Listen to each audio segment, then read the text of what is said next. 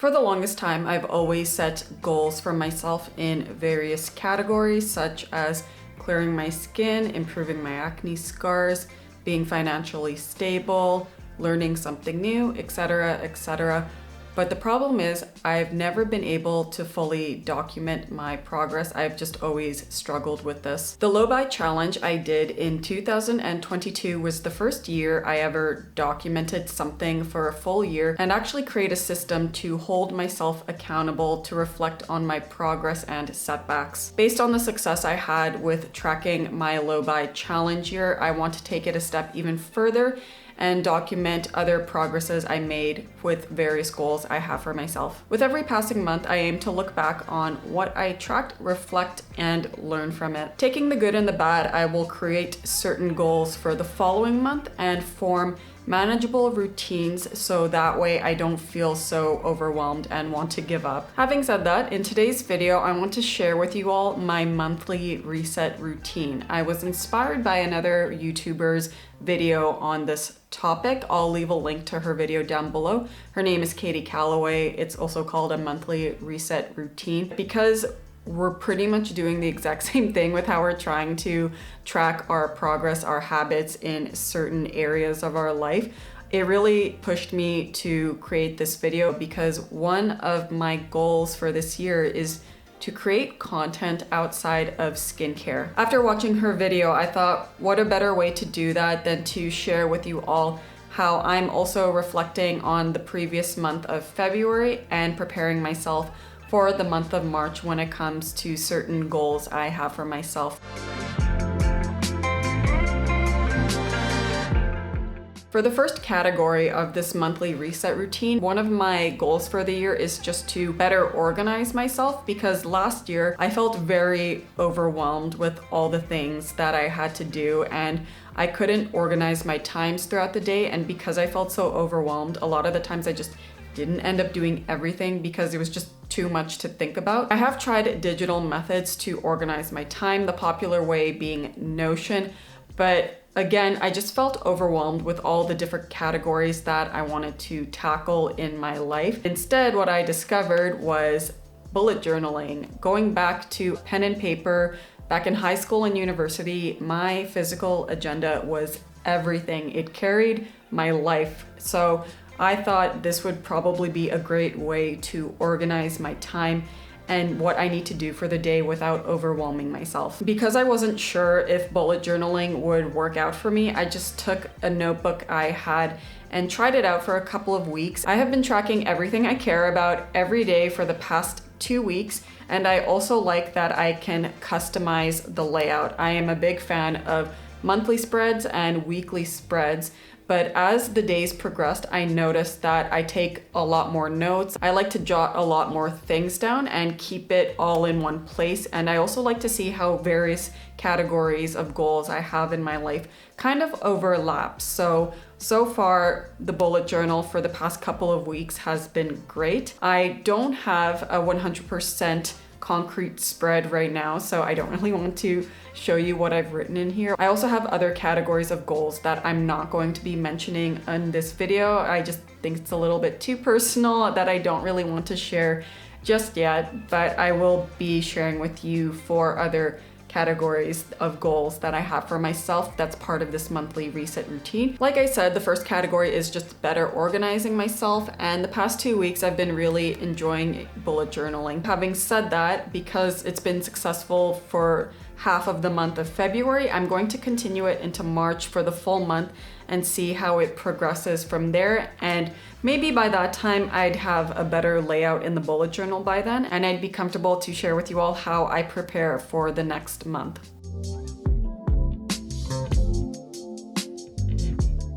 In the introduction of this video, I commented on how I wanted to expand my content beyond skincare, and that's actually one of the main goals I have in 2023. It's around content creation. My typical goal would always be 4 videos a month, so once a week. Last year I had a really hard time organizing my life around work, content creation, going to the gym, studying, going out to see friends and family. I just felt very overwhelmed on a daily basis with a list of things I felt like I had to accomplish. And like I said before, I just felt so overwhelmed I ended up never doing anything because the thought of doing all these things was too much for me. Last month in February, however, I did manage to upload 4 videos all around my low-buy year, just playing catch up because I did go on that month-long vacation to Canada. So I really wanted to put that content out before I continue on with what I've been wanting to film for the rest of the year. I really wanted to hold myself accountable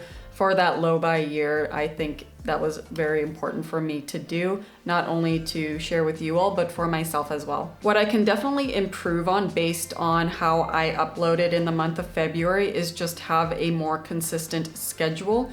Although I did post 4 videos, it was very random. It wasn't even on the set day that I said I would post. Like last year, I said it would be on Mondays. But this year it's been on like a Thursday, Friday, Sunday, Monday type of thing, all very random days. So I'm hoping to get back on track and post in a timely manner like I said I would and be consistent on the same day. Another thing I'm going to try to do for the month of March is add short form videos. So upload more shorts that will direct to my long form videos. Short form videos are definitely not something I excel at, but I will take it as a challenge for this month to at least upload 2. In the last couple of weeks of February, I have been documenting the days I want to film, edit, and publish videos. Although again, February was quite inconsistent with that. I'm hoping for the month of March, I can better organize myself with my bullet journal, write the to-dos down in a more organized manner of when to film my A rolls, maybe B rolls, to edit and to film, all coinciding with other things I need to do in my life.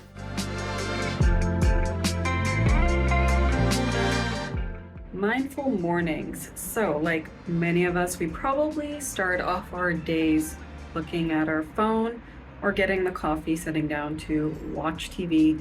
This has been my routine for many years now, probably since I started going to high school. My routine was getting a cup of coffee, sitting down and watching TV for about an hour or so. Pretty much just having a mindless routine and just connecting right away to whatever technology is around. Wow, it is so sunny outside, but there's a point to me being outside on my patio right now, and that is that for this year, I want to make sure I start my day right, that my mornings are way more mindful. I have been waking up, or trying to wake up anyways, to sunrise. So that's been around 7 a.m. or so. It's getting earlier and earlier, but basically for the work week, I set my alarm at 6 a.m. My husband's way better at getting up early than I am.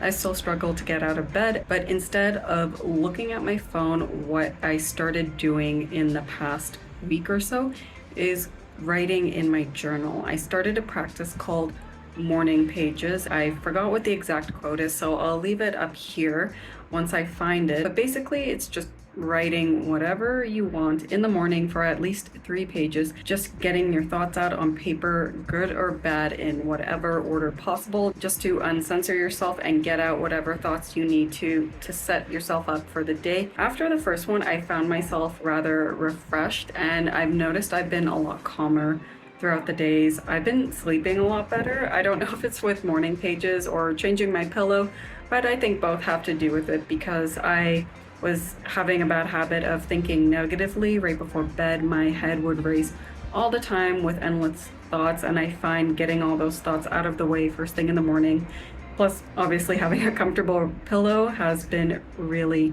helping. So that's one big change I've been trying to make, not go to my phone right away, but practicing something a bit more mindful, such as journaling. Also, I really like getting up in the morning to catch the sunrise. I love seeing the sunset all the time. It just makes me so happy, and the morning sunrise is no exception. Such beautiful colors across the horizon. It just makes me feel really good. And there's also something about the quietness of the morning and having that time to myself that just feels really good. Waking up early to see these beautiful colors, having a cup of coffee, taking it slow, dumping my thoughts on paper, good or bad, whatever they may be, and not burdening myself with whatever's online with new information right away. Just having that slow and steady morning really has been helping me set myself up for the day. So I think I am going to be continuing it on in the month of March.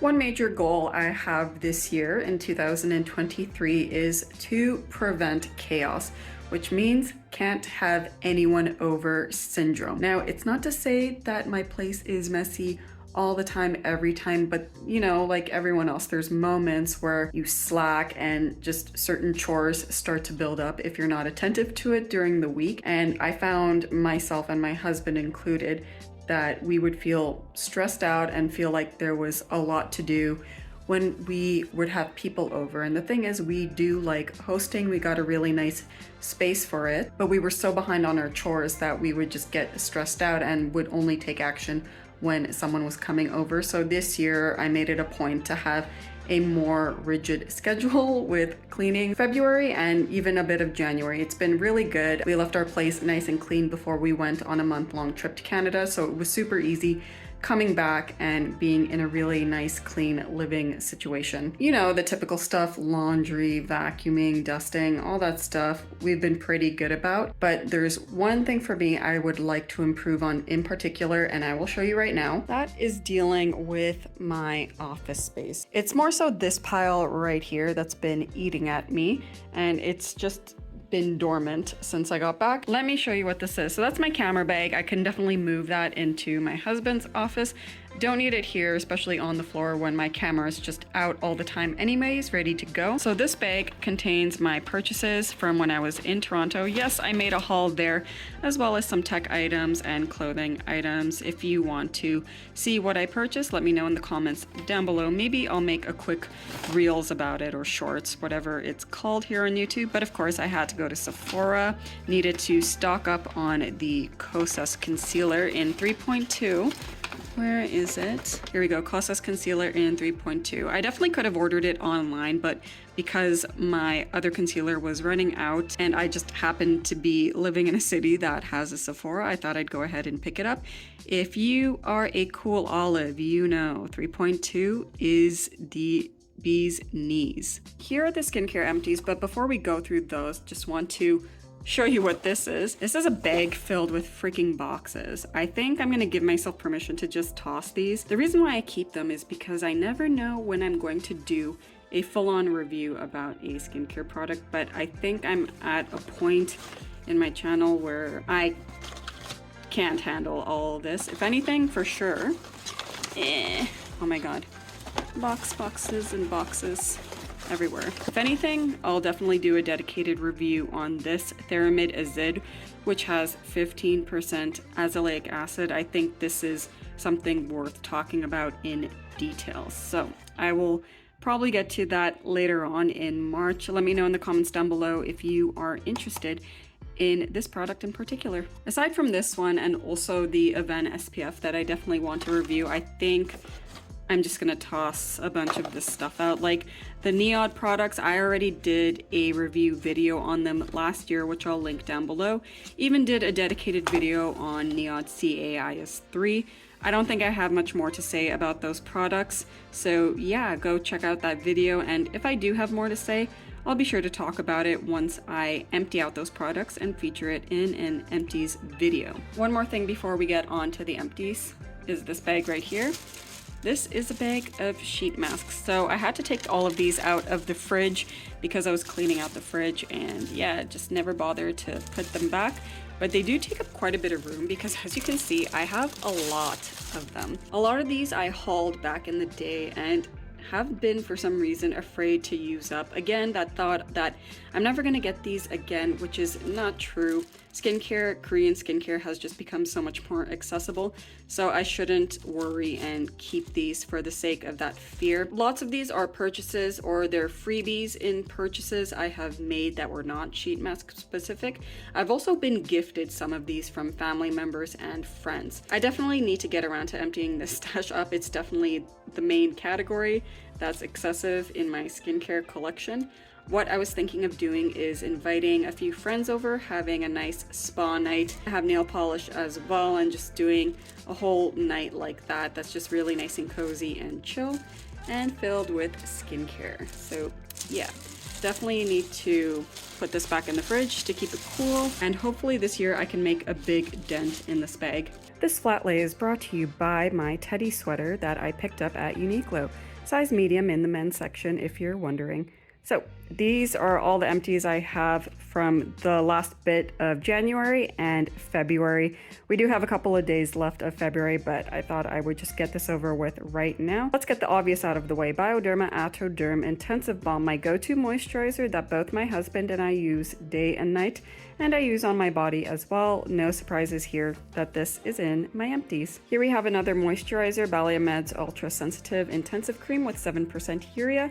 As I mentioned in the past, I purchased a few of these bottles, and my goal in the wintertime was to just incorporate a urea cream on rotation, because I like how urea not only moisturizes my skin, it makes it feel really nice and soft and just prevents that really dry, flaky skin. I'm not in a place anymore where it's absurdly dry like Canada where I was peeling, but here in Europe this has been performing really well, especially on its own. Don't find I need to layer a whole lot with this skincare product. I can just wash my face, go in with this, and I am good to go for the day. Third moisturizer, I finally finished up this tube of the Malaysia 5% Urea Moisturizer. Did a full review on this as well as the benzoyl peroxide gel. I'll leave a link to that in the description box down below. This is a nice bare bones 5% urea moisturizer. I have had zero issues when using this. If anything, it made my skin always look nice, calm, and collected. As someone with a drier skin type, I do wish it was a bit more moisturizing, but in the warmer months with a moisturizing sunscreen layered, I find that this performs just fine on its own for my skin type. This is the Altea Organics Rose Auto Wonder Balm. This was gifted to me from a friend. I really liked using this at night, kept it on my bedside to use on my hands and sometimes my body, especially my legs if they felt kind of dry. It had a nice rose smell. It's made of plant-based ingredients, so if you're into that kind of stuff and you're in Europe, definitely check this brand out. They definitely have really good quality rose items. I mean, it's from the Bulgarian rose, so can't go wrong. Speaking of rose water, here's another one here. This is Cremas Naturalna Rozova Voda, or natural rose water, right here in English. I emptied out a whole thing of this. What I mainly like using it for right now is in my hair. Makes my hair feel really nice and soft. I spray this in my scalp too, and I've been having no issues. I'm down to the last bit of this in the Paula's Choice BHA spray bottle that I've kept, so I decanted it into that, but I am getting near the end of that as well, so time to stock up on some more rose water. This one was nice. I feel like any rose water from Bulgaria, to be honest, is good. I remember even getting sheet masks with Bulgarian rose water in it, and I liked how they performed. So yeah, been really liking rose water or rose-based items lately. Okay, since I mentioned sheet masks, here we go, talking about two sheet masks. So this one, the 7 Days Mask, lemon one, brightening and smoothing. I just wanted to use something to make my face look more lively during the winter months. And this one I got as a freebie when I shopped for Korean skincare products in Toronto. It was at Pat Market in particular, if you're all wondering. That's, you know, Christian Bloor area, Koreatown. That's where I got this when I shopped for Korean skincare. So this is the MediHeal Aqua Soothing Ampule Mask. I used this as soon as I got back from my month-long vacation from Canada. Just really needed something to deeply moisturize my skin. As I mentioned in my carry-on skincare video, I was peeling a lot when I was there. I was very surprised at how dry my skin got, and I just felt like using a mask like this would help replenish my skin, which it did. It was just a nice pampering session and it made my skin feel better. So yeah, 2 sheet masks out of the big collection I have of them emptied out. This is the last of the Nuxe Rêve de Miel lip moisturizing stick. This came in a pack of 2 and I bought that in replacement of the pot. But like I mentioned, I have been missing the pot quite a bit. so I'm most likely going to pick that one up next. Last but not least is the Paula's Choice Niacinamide 20% treatment. Bet you didn't know I had this one. I actually bought this around the time when it first came out, and it was during that time coincidingly that I was really into niacinamide boosters. I found 10% niacinamide made such a difference on my pore size, and the first one I ever used was, of course, the Ordinary's 10% niacinamide, and because I've had such good results from it, I couldn't help but be curious about what 20% could do for my skin. As gentle and effective as this was, I don't plan on repurchasing this again, or any niacinamide booster in general, just because I found that when I started using tretinoin in my skincare routine, my pores looked really good. And now that I did the microneedling sessions as well as CO2 Fraxel laser sessions, my texture in general has just been looking a lot better, especially my pores.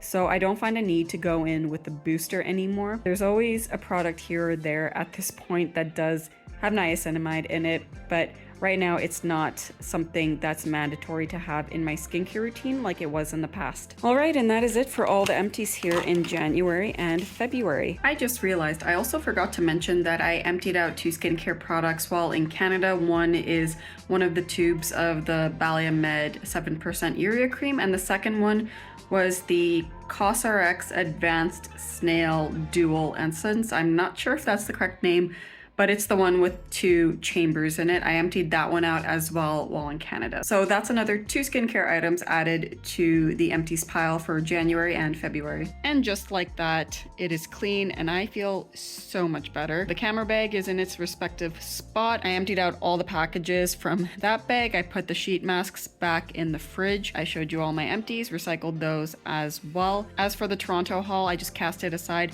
just to keep my space nice and clear, but I will be sure to get on that ASAP just so I can have peace of mind and have everything put in their respective place. This area is not the most aesthetic area in my bedroom, but that's okay, especially the cables where I don't really see them all the time. Not a big concern right now. I know it's going to be easy to organize them anyways. Hopefully I'll get a better lift for my feet, whatever they're called, than this box, but otherwise it's been doing its thing. Definitely need to prioritize that for another time. But anyways, the main point of concern has now been cleared and I feel like I can focus better when I'm at my workstation.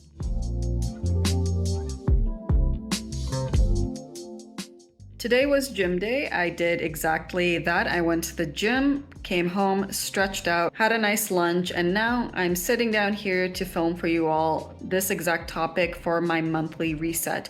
What I want to reflect on in February and prepare for the month of March. That's my health and fitness. There are 2 topics I want to talk about. One is my way of eating. The second is my fitness, my movement. So let's start off with my way of eating. In previous videos dating back to 2020, I started eating a ketogenic diet that's high fat, low carb. And this is a topic I want to make for another video, but long story short, best decision of my life.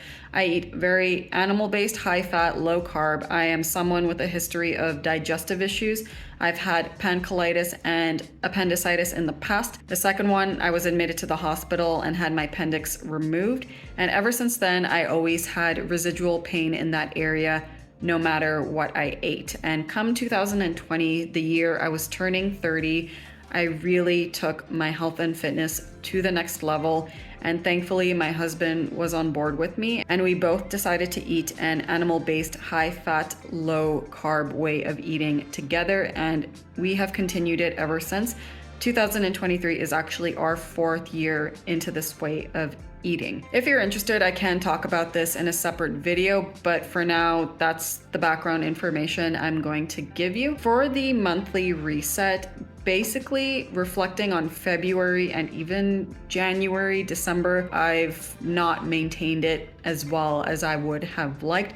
Definitely lost my discipline. I was overindulging in a lot of high carb foods and drinks. Lots of sugary drinks, lots of ice cream, lots of chips, ordering a lot of food, eating processed food. I'm talking instant noodles, processed food, delicious, but so bad for you. and I just haven't been able to get back into the groove of solely eating my whole foods, animal-based way. Having certain carbs here or there, I'm not going to, beat myself up about it. I see a banana in front of me right now, I want to eat it. It's more so about maintaining that 80-20 rule. For me, it's more of 90-20 because I do, again, have a history of digestive health issues. Also, I have more food sensitivities than I would care to admit. Having said that, February in particular, as much as I tried to get back on track, not enough. I still ordered takeout, still had processed food, sugary drinks.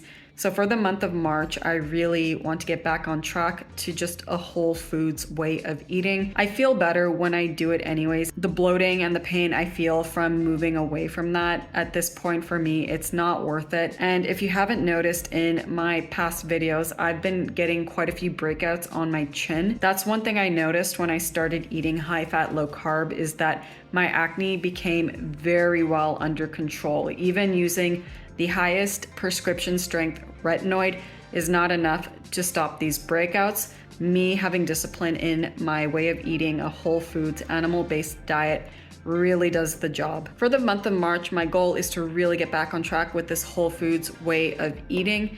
And I thought, what better way to start it off than to make some bone broth. Now, as someone that had digestive health issues, I do not know why I haven't been drinking bone broth as consistently as I have been for the past week and a half. It's supposed to be really good for those of us with gut sensitivities to help lower inflammation. And as someone who really likes talking about skincare, bone broth is a great source of collagen. Hence, it's great for skin, hair, and nails. I drink about a small cup a day, something like this. It's filled with coffee right now, but usually in the morning after my first cup of coffee, I drink about this much of bone broth, depending on how gelatinous it is.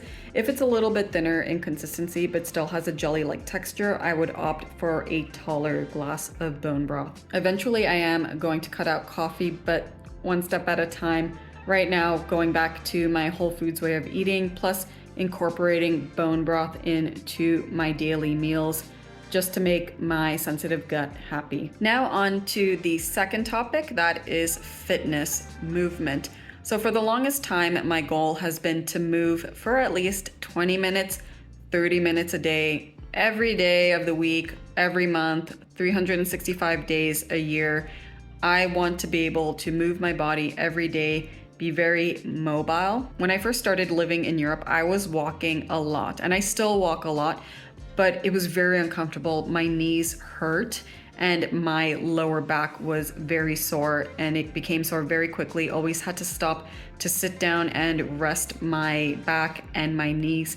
Doesn't feel good to do that, and again, being in my early 30s, my health is of the utmost importance. Same with my fitness and keeping my body strong. In my 20s, that's when I started going to the gym, albeit it was really inconsistent. I'm talking 1 to 2 times a week and months on end, just skipping a day, sitting at home all the time, being dormant. It's really not good for you, especially as you age. Last year, it wasn't too bad. I was still going to the gym around 2 to 3 times a week, and it was probably the most consistent I've ever been going to the gym that year.